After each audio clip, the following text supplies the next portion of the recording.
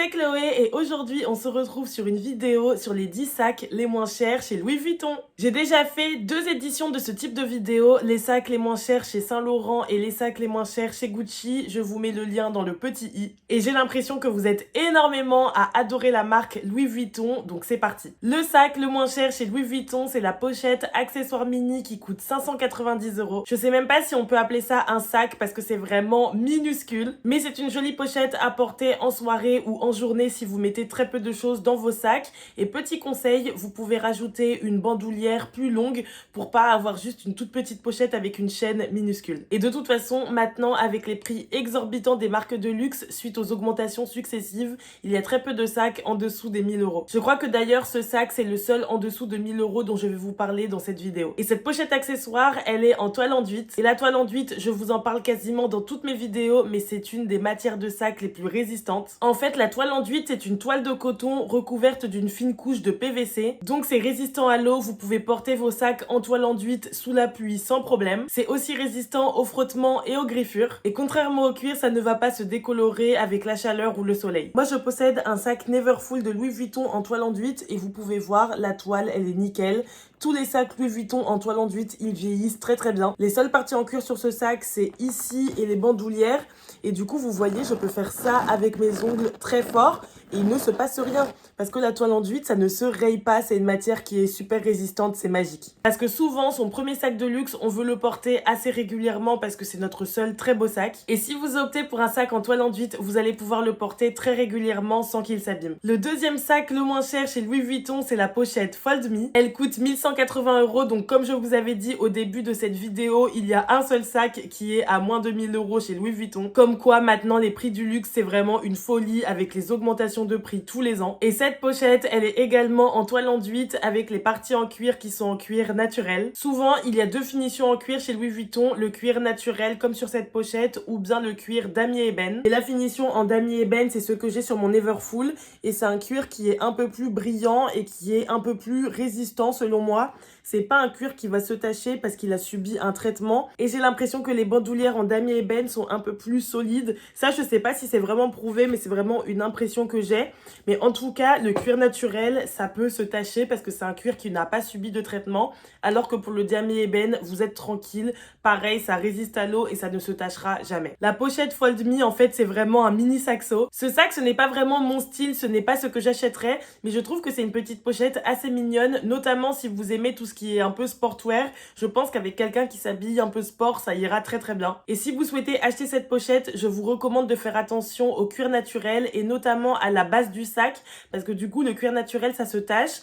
Et la base du sac qui est toute en cuir naturel, elle risque de se tacher si vous posez votre sac à un endroit qui n'est pas très propre. Mais sinon, pour le corps du sac, elle est en toile enduite, donc comme j'ai dit tout à l'heure, très résistant, ça ne bougera pas. Troisième sac, le moins cher chez Louis Vuitton, c'est la pochette Félicie qui coûte 1200 €. Vous êtes énormément à adorer la pochette Félicie, quasiment tous les jours sur Instagram, j'ai une question à propos de cette pochette. Et honnêtement, je comprends parce que c'est une pochette qui est très mignonne. En plus, elle est assez versatile parce que vous pouvez la porter sans la chaîne en mode clutch sous le bras. Et vous pouvez aussi la porter en bandoulière avec la petite chaîne pour un look de soir comme de jour. Pareil, la pochette Félicie est en toile enduite, donc ultra résistante. Et moi, j'aime tout particulièrement l'intérieur de cette pochette qui est dans un joli bordeaux. Elle tire entre le bordeaux et le violet et je trouve cette couleur super chic. Au niveau de la taille, elle m'a l'air assez pratique. Cette pochette, je ne l'ai jamais vue en vrai, mais au vu des photos, je pense qu'un téléphone rentre à l'intérieur, à essayer en boutique si ça vous intéresse. Mais je pense que c'est une bonne pochette de tous les jours pour transporter juste l'essentiel, c'est-à-dire votre téléphone, votre porte-carte, les clés de chez vous et éventuellement un baume à lèvres ou un gloss. Donc honnêtement, c'est un achat que je pourrais vous recommander et c'est une pochette que j'aurais pu acheter moi-même. Troisième sac, le moins cher chez Louis Vuitton. Cette fois-ci, il coûte 1300 € et c'est toujours la pochette Félicie, mais cette fois-ci en cuir empreinte. C'est le premier sac de cette vidéo qui est en 100% cuir et qui n'a pas du tout de toile enduite. Le cuir empreinte, c'est une matière assez récente chez Louis Vuitton. Je crois qu'ils l'ont développé il y a moins de 10 ans, mais je trouve ça assez joli parce que l'on retrouve le monogramme emblématique de Louis Vuitton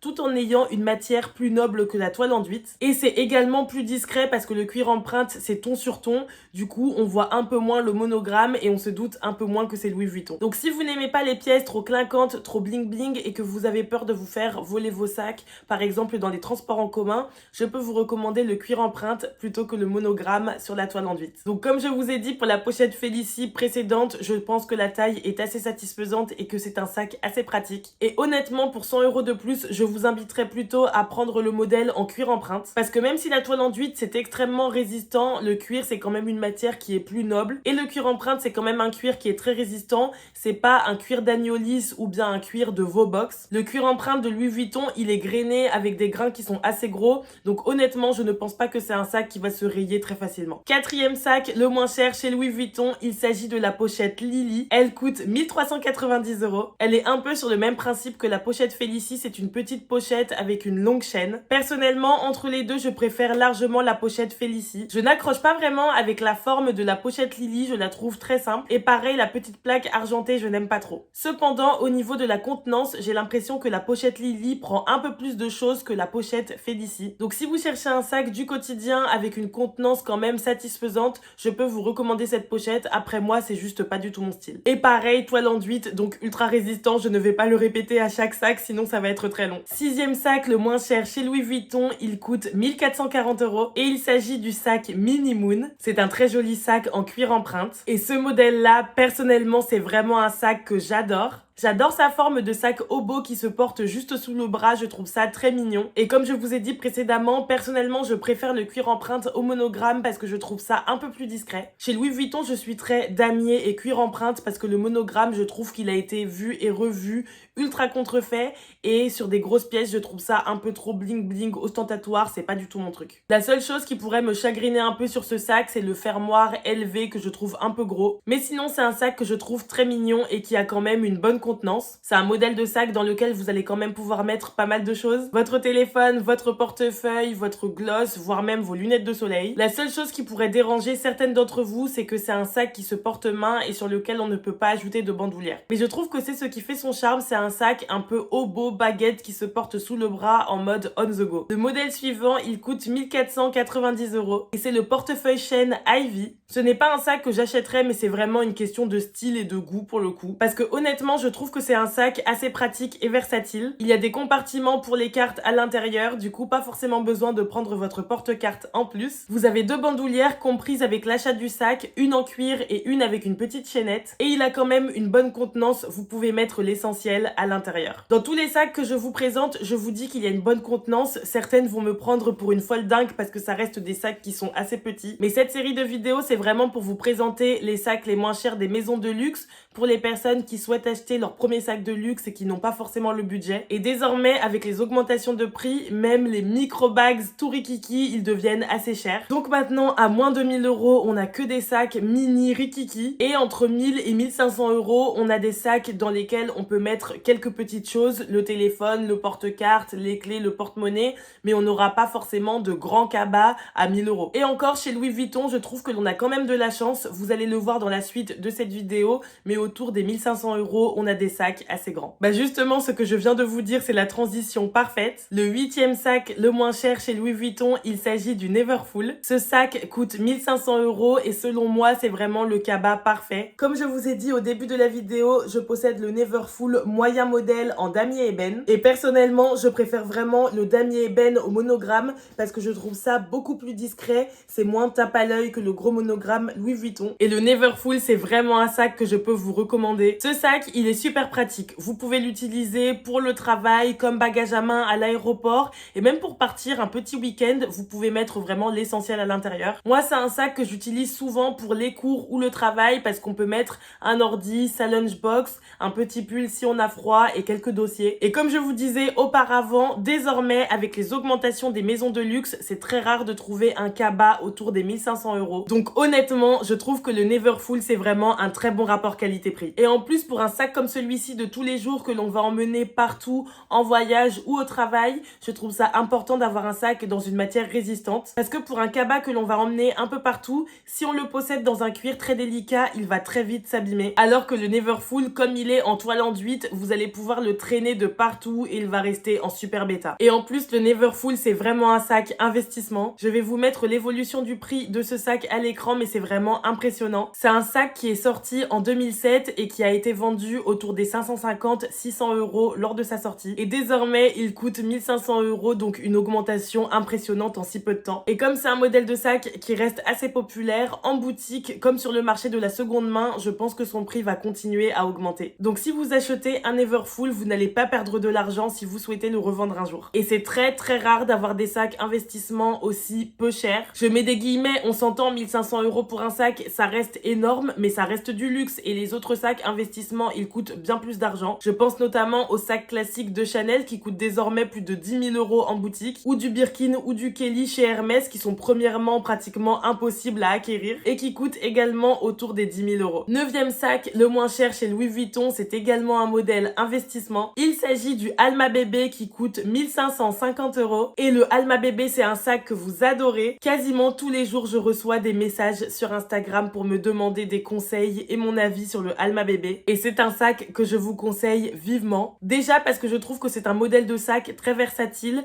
Vous pouvez le porter en journée avec un look un peu casual avec sa bandoulière. Mais vous pouvez aussi retirer la bandoulière et le porter à la main pour une soirée. Pour le coup, c'est un sac qui est assez grand et qui a une très bonne contenance. C'est un sac à main dans lequel vous pouvez mettre pas mal de choses à l'intérieur, vraiment tous vos essentiels pour la journée. Et comme le Neverfull, c'est un très bon investissement, son prix a augmenté très rapidement et vous ne perdrez pas d'argent si vous souhaitez le revendre en seconde main un jour. C'est très rare de trouver des Alma Bébé en état parfait en seconde main parce que comme la base est en cuir naturel, elle se tache très facilement. Parce que si vous posez le sac par terre ou sur une table pas très propre, la base va tout de suite se tacher. Et comme le cuir naturel, c'est un cuir qui n'est pas traité, et bah ça va tout de suite prendre les taches et ça ne va pas partir. Vous êtes énormément à m'envoyer des messages tous les jours à me demander comment retirer les taches sous votre Alma Bébé, mais une fois que c'est taché, le cuir naturel, c'est quasiment impossible à retirer. Donc c'est le seul petit warning que je peux mettre à propos de ce sac. Faites attention où vous le posez, sinon ça va faire des taches. Et ce n'est pas un défaut de qualité du cuir, c'est vraiment un choix stylistique fait par Louis Vuitton. Le cuir naturel, c'est très beau, c'est très clair à l'achat,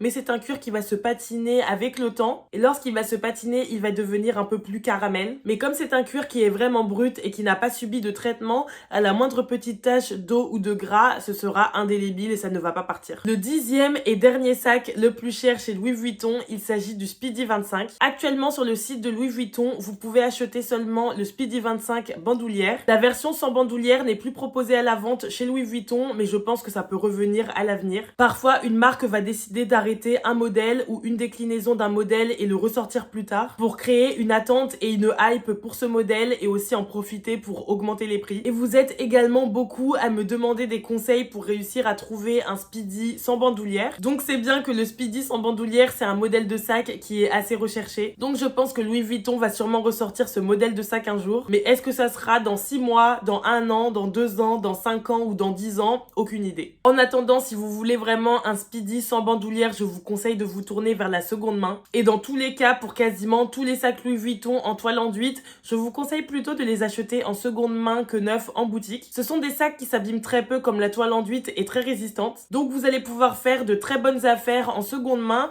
en achetant des sacs qui sont encore dans un très bon état, tout en faisant des économies car ils seront moins chers que le prix boutique. Revenons au Speedy de Louis Vuitton, c'est un sac que je vous conseille fortement. Personnellement, ce n'est pas un sac que je m'achèterais, je n'aime pas trop les sacs bowling, c'est pas une forme que j'apprécie. À part pour les sacs de voyage comme mon Boston de Céline, mais comme sac à main de tous les jours, je n'aime pas trop. Mais sinon, le Speedy, c'est vraiment un modèle classique de Louis Vuitton et c'est le meilleur investissement que vous pouvez faire. Le Speedy, c'est vraiment l'un des meilleurs investissements en termes de sac. Son prix, il a littéralement explosé. Pareil que pour le Neverfull et le Alma Bébé, je vais vous mettre un petit graphique avec les évolutions de prix des Speedy. Mais sachez que le Speedy, c'est un sac à main qui a été créé en 1930 et à sa sortie, il coûtait seulement 150 €. Et ce prix de 150 €, il prend bien évidemment en compte l'inflation et la conversion euro et franc. Donc le prix du Speedy, il a été multiplié par 10 en moins de 100 ans. Et en 2017, le Speedy de Louis Vuitton, il coûtait environ 950 €, donc moins de 1000 €. €. Et désormais, il est à plus de 1500 €. Donc pour vous montrer à quel point les prix augmentent vite. Donc honnêtement, si vous cherchez un sac investissement qui ne perdra pas de valeur, je vous conseille fortement le Speedy. Moi, j'ai possédé un Speedy qui a été acheté dans les années 2000. Je crois qu'il datait de 2002.